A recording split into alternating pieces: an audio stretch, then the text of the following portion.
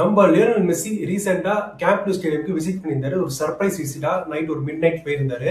யாருக்கும் பெருசா அனௌன்ஸ்மெண்டே பண்ணாம அந்த புதுசா ரினோவேட் பண்ண ஸ்டேடியம் பார்க்க போயிருக்காரு. அப்படியே அந்த கேம்ப் நூ ஸ்டேடியம் விசிட் பண்ணி அவரு அந்த போட்டோஸ் எல்லாம் எடுத்து அதை வந்து அவரோட இன்ஸ்டாகிராம் போஸ்ட்ல பதிவு பண்றாரு. அப்படி பதிவு பண்ண ஒரு நாள்லயே கிட்டத்தட்ட 24 மில்லியன் லைக்ஸ் மேல தாண்டி போயிடுச்சு. ரீசெண்டா கிறிஸ்டியானோ ரொனால்டோக்கு அதிக லைக்ஸ் வந்த போஸ்ட் அதுதான். நேஷனல் லீக் அந்த போஸ்ட் போட்டிருப்பாரு. 23.8 மில்லியன் லைக்ஸ் வந்துச்சு. அந்த போஸ்ட்டை வந்து இந்த மெஸ்ஸி வந்து கேம்ப் நூ விசிட் பண்ண போஸ்ட் வந்து ஜஸ்ட் ஒன் டேல கிராஸ் பண்ணி போயிடுச்சு. 24 மில்லியன் லைக்ஸ் தாண்டி போயிடுச்சு. ரீட்வீட்ஸ் 2 மில்லியன் மேல போயிடுச்சு. அம்மா ரெக்கார்ட் பண்ணிட்டு இருக்கு. ஸோ ஏன் இந்த அளவுக்கு வைரலா போச்சு, அப்படி என்ன பார்சிலோனாவுக்கும் மெஸ்ஸிக்கும் இருக்க கனெக்ட் அப்படின்னு நம்ம இந்த வீடியோல தெரிஞ்சுக்கலாம். அந்த நீங்க இதுல கூட பார்த்திருப்பீங்க, ரீல்ஸ்ல கூட பார்த்திருப்பீங்க, அந்த கப்பல்ஸ் வந்து அந்த ஸ்ட்ரீட்ல கேஷுவலா பிளாக் எடுத்துட்டு இருக்கும்போது சடனா ஒருத்தர் வந்து கேஷுவலா யாருமே இல்லாம ஜஸ்ட் ஒரு பாடி கார்டோட போனாரு. யாருன்னு பார்த்தா மெஸ்ஸி. அந்த அளவுக்கு சிம்பிளா போனாரு, எந்த ஒரு ஆர்ப்பாட்டமும் இல்லாம. அவர் நினைச்சிருந்தாருன்னா, நான் வந்து இந்த ஸ்டேடியம்க்கு வரேன், புதுசா கட்டியிருக்கேன், ரெனோவேட் பண்ண கேம்ப் நூ ஸ்டேடியம் வந்து நான் விசிட் பண்றேன், ஃபேன்ஸ் எல்லாம் வாங்க சொல்லியிருந்தாங்கன்னா ஒட்டுமொத்த பார்சிலோனாவும் அவரை பார்க்க தான் படையெடுத்து போயிருக்கும் அந்த கேம்ப் நூ ஸ்டேடியம்க்கு. பட் மிட் நைட்ல பப்ளிக் பெருசா அந்த டைம்ல அவர் வந்து கேஷுவலா விசிட் பண்ணிட்டு அவரோட பீஸ்ஃபுல்லா அந்த லோன்லி தனிமையா அந்த ஸ்டேடியத்தை உணரணும்னு போயிருக்காரு. அந்த போஸ்ட் தான் அவர் ஷேரும் பண்ணியிருக்காரு. அப்படி என்ன லியோனல் மெஸ்ஸிக்கும் இந்த பார்சிலோனா டீமுக்கும் அந்த கேம்ப் நூ ஸ்டேடியம்க்கு எமோஷனல் பாண்டிங் இருக்குன்னு நான் உங்களுக்கு இந்த வீடியோல ஷேர் பண்ண போறேன். மறக்காம ஃபுல்லா வீடியோ பாருங்க. டேக்கர் பஸ் சேனலுக்கு சப்ஸ்கிரைப் பண்ணிடுங்க. ஏன்னா அப்பதான் இது மாதிரி நிறைய கண்டென்ட் உங்களுக்கு வந்து சேரும். புதுசா கண்டென்ட் உங்களுக்கு கொடுப்பேன்.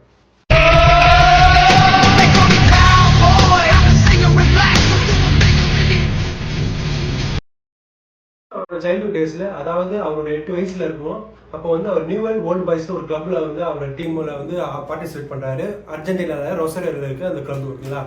அந்த கிளப்புக்காக அவர் பிளே பண்ணி விளையாட ஆரம்பிக்கும் போது அவர் வந்து செம்மையா பெர்ஃபார்ம் பண்றாரு. இந்த கிளப் மட்டும் 500 கோல் கூட அடிச்சு ரெக்கார்ட் பண்ணி வச்சிருக்காரு. யாரா இந்த பையன் இந்த அளவுக்கு வளர்றான்னு இல்லை. ஆனா அவர் வயசாக அவரோட ஹைட் இருக்குல்ல, அது மட்டும் ஒரே லெவல்ல நிக்குது, வளரவே மாட்டாங்க. எல்லா பசங்களும் அவர் கூட இருக்க பசங்க எல்லாம் வளர்ந்துகிட்டே போறாங்க. ஆனா நம்ம மெஸ்ஸி மட்டும் அதே லெவல்ல இருக்காரு.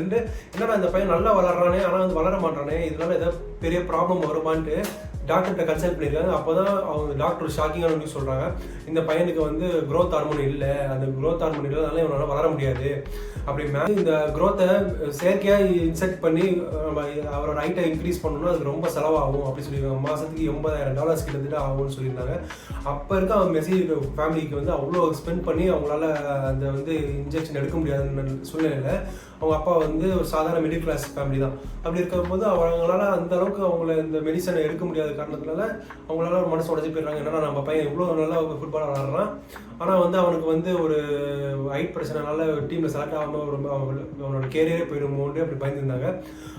அப்போ தான் அந்த பார்சிலோனா ஃபுட்பால் கிளப் வந்து ரீசெண்டாக வந்து இந்த மாதிரி ஒரு பிளேயர் இருக்கான், 500 கோல் அடிச்சிருக்கான் ஒரு சிங்கிள் கிளப்புக்காக, நியூவெல்ஸ் ஓல்ட் பாய்ஸ்க்குன்னு. அந்த பையனை சூப்பராக விளாட்றான், இது பெரிய ஆளாக வருவான், ஆனால் அவனுக்கு வந்து ஒரு க்ரோத் ப்ராப்ளம் இருக்குது, அவனால் வளர முடியாது, ஹார்மோன் வந்து அந்த அளவுக்கு இல்லை, அவனுக்கு வந்து அந்த ட்ரீட்மெண்ட் எடுக்கணும், நிறைய செலவாகும், அதை வந்து பண்ண அவங்க ஃபேமிலியால் முடியல. ஸோ அந்த பையனோட கேரியர் வந்து கேள்விக்குறியில் இருக்குது அப்படின்னு நியூஸ் போயிட்டு இருக்கு. அப்போ தான் நம்ம பார்சிலோனா ஃபுட்பால் டீம் வந்து சரி பையன் நல்லா விளாட்றானே, நம்ம எவ்வளோ அந்த செலவாகுது, அதை நம்ம எடுத்துப்போம், நம்ம கிளப்புக்கு வந்து ஆடட்டும், இவ்வளோ 500 கோல் வந்து அண்டர் 10 10 வயசே எவ்வளோ பெர்ஃபார்ம் பண்ணியிருக்காங்கன்னா இந்த பையன் பெரிய ஆளாக வருவான், சரி நம்ம எவ்வளோ ஸ்பெண்ட் தானே பண்ணிப்போம், நம்ம கிளப்புக்கு வந்து ஆட வச்சு கிளப்போட பேரை இன்னும் பெருசு பண்ணலாம் அப்படின்னு சொல்லிட்டு அந்த நியூவெல்ஸ் ஓல்ட் பாய்ஸ் அந்த கிளப்ல போயிட்டு இந்த மாதிரி மெஸ்ஸியை எடுத்துக்கிறோம், நாங்கள் எல்லா ட்ரீட்மெண்ட்டும் செலவு பார்த்துக்கிறோம், அவங்க குடும்பத்தையும் எடுத்துகிட்டு போய் ஸ்பெயினில் வச்சுக்கிறோம், அவங்களோட ஃபேமிலி செலவு எல்லாத்தையும் பார்த்துக்கிறோம். மெஸ்ஸியோட டீனேஜில் பார்சிலோனா கொண்டு போயிட்டு அந்த பார்சிலோனா டீமுக்கு ப்ராக்டிஸும் கொடுத்துட்டு அதே சமயம் அவருக்கு மெடிசனும் கொடுத்து அந்த க்ரோத்தும் கொஞ்சம் கொஞ்சமாக வளர ஆரம்பிச்சுட்டு அவர் பெர்ஃபார்மன்ஸும் சூப்பராக இருந்துச்சு. ஒரு வழியாக 16வது வயசில் அவர் பார்சிலோனாக்காக ஃபர்ஸ்ட் மேட்ச் வந்து பிளேயராக விளையாடுறாரு. அங்கே ஆரம்பிச்சது தாங்க அவர் 2003 விளையாட ஆரம்பிச்சாரு, ஓகேங்களா. அதுலேருந்து 2021 வரலையும், அதுலேருந்து 2021 வரலையும் அவர் பார்சிலோனா டீமுக்கு ஆடிருக்காரு. அப்படி இந்த 17 வருஷ அவரோட பார்சிலோனா கேரியரில் அவர் என்னென்ன ரெக்கார்ட் பண்ணியிருக்காருன்னு கொஞ்சம் பாருங்க. Most goals for single club அந்த ரெக்கார்டு இவர் வச்சிருக்காரு. பார்சிலோனாக்காக 672 கோல் அடிச்சிருக்காரு இது வரையும். அதுதான் இது வரையும் ஹையஸ்ட் அந்த கிளப்புக்காக. ஒரு சிங்கிள் கிளப்புக்காக அதிக கோல் அடிச்ச பெருமை இவர் தான் சேரும். பார்சிலோனா டீமுக்காக இவர் 672 கோல் அடிச்சிருக்காரு இது வரையும். அதுதான் ஆல் டைம் ரெக்கார்டா இருக்கு. லாலிகா ஃபுட்பால் ஹிஸ்டரியிலேயே அதிக கோல் அடிச்ச பெருமை இவர் தான் செய்யும். லாலிகான்றது நம்ம இந்தியாவில் ஐபிஎல் இருக்குல்ல, அதுமாரி வந்து ஸ்பெயின் நாட்டில் வந்து லாலிகான்றது அது ஒரு லீக்.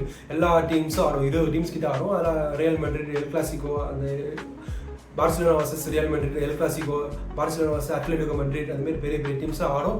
அப்படியே அந்த லாலிகா ஃபுட்பால் ஹிஸ்டரியிலேயே அதிக கோல் அடிச்ச பெருமை இவர் தான் செய்யும். 474 கோல் அடிச்சிருக்காரு இதுலேயும் லாலிகா டோர்னமெண்ட்டில், இதுலேயும் லாலிகா டோர்னமெண்ட்டில் மட்டும். அப்புறம் நம்ம எல்லாருக்கும் தெரிஞ்ச மோஸ்ட் ரெவலரியான எல் கிளாசிக்கோ ரெவலரிங்களா, அந்த எல் கிளாசிக்கோ மேட்ச் இருக்குல்ல, பார்சிலோனா ரியல் மேட்ரிட். நம்மளால வந்து சென்னை வர்சஸ் மும்பை அந்த பேர் வச்சு தான் கிரிக்கெட் ஃபேன்ஸ்லாம் முக்காசி எல் கிளாசிக்கோ பேர் தெரியும். ஆனால் ஒரிஜின் ஆஃப் எல் கிளாசிக்கோ வந்து பார்சிலோனா வர்சஸ் ரியல் மேட்ரிட், அந்த டீம் 2 டீமுக்காக மேட்ச் பேர் தான் அதை சொல்லுவாங்க. அப்படி அந்த ரிவல்ரி வந்து கிட்டத்தட்ட 100 வருஷத்துக்கு மேலே இருக்குது. அப்படி இருக்கு அந்த ரிவல்ரியில் இது வரையும் எல் கிளாசிக்கோல அதிக கோல் அடிச்ச பிளேயர் இவரை தான் சேரும். 26 கோல் அடிச்சிருக்காரு இது வரையும். செகண்ட் வந்து கிறிஸ்டியானோ ரொனால்டோ 19 கோல் அடிச்சிருக்காருங்களா. அப்புறம் எந்த அளவுக்கு அவர் எல் கிளாசிக்கோல பெர்ஃபார்ம் பண்ணியிருக்காருன்னு பார்த்துக்கோ. இப்போ எல் கிளாசிக்கோட 2 டஃபஸ்ட் டீம், அதில் வந்து இவ்வளோ கோல் இருக்கிறது சாதாரண விஷயமே கிடையாது. அது வேறு இல்லாமல் வெறும் 50 வருஷம் சாம்பியன்ஸ் லீக் வரலாற்றில் வெறும் ஒரே ஒரு டைட்டில் அடிச்சிருந்த பார்சிலோனா டீமு இவர் டெபியூட் ஆன அந்த 10 வருஷத்தில் 4 சாம்பியன்ஸ் லீக் அடிச்சு கொடுத்தாரு பேக் டு பேக்காக. அதுக்கப்புறம் மொத்தமாக பார்சிலோனா வந்து 5, அதில் 4 வந்து மெஸ்ஸி ஆடின அந்த டியூரேஷனில் 17 வருஷம் டியூரேஷனில் வந்திருக்குன்னு நீங்கள் எல்லாரும் மைண்டில் வச்சுக்கணும். அது போக இல்லாமல் 10 லாலிகா டைட்டில் வச்சு கொடுத்துருக்காரு 17 வருஷத்தில். அதனால் வந்து 17 வருஷம் சீசனில் 7 வருஷம் தான் அவர் வந்து கப் அடிக்கல, மீது 10 வருஷமும் கப் அடிச்சு அவங்க லாலிகாவுக்கு பார்சிலோனாவுக்கு பெருமை சேர்த்து கொடுத்துருக்காரு. அந்த அளவுக்கு பார்சிலோனாவை எங்கேயோ கொண்டு வச்சிருக்காரு.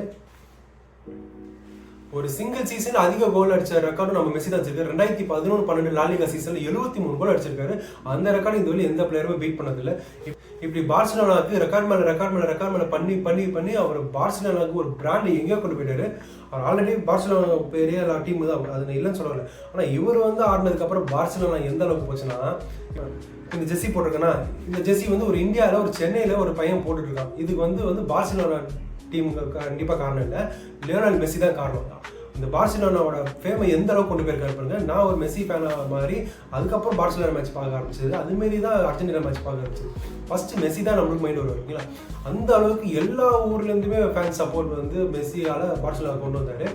பார்சிலோனா வந்து இனிஷியலாக ஒரு கை கொடுத்து அவங்களுக்கு லியோனல் மெஸ்ஸியை தூக்கி விட்டாங்க, அது மறக்கவே இல்லை. அது அந்த நன்றி அவர் மறக்க மாட்டார் வாழ்க்கை ஃபுல்லாக. அதனால தான் அவர் வந்து அவர் ட்வீட்லேயே போட்டிருப்பாரு, ஒரு நாள் திருப்பி நான் ஒரு பார்சிலோனாக்கு not to say goodbye, நான் பாய் சொல்கிறதுக்கு வர மாட்டேன், திருப்பி வந்து விளையாடணும்னு இன்டேரக்டாக சொல்லியிருக்காரு.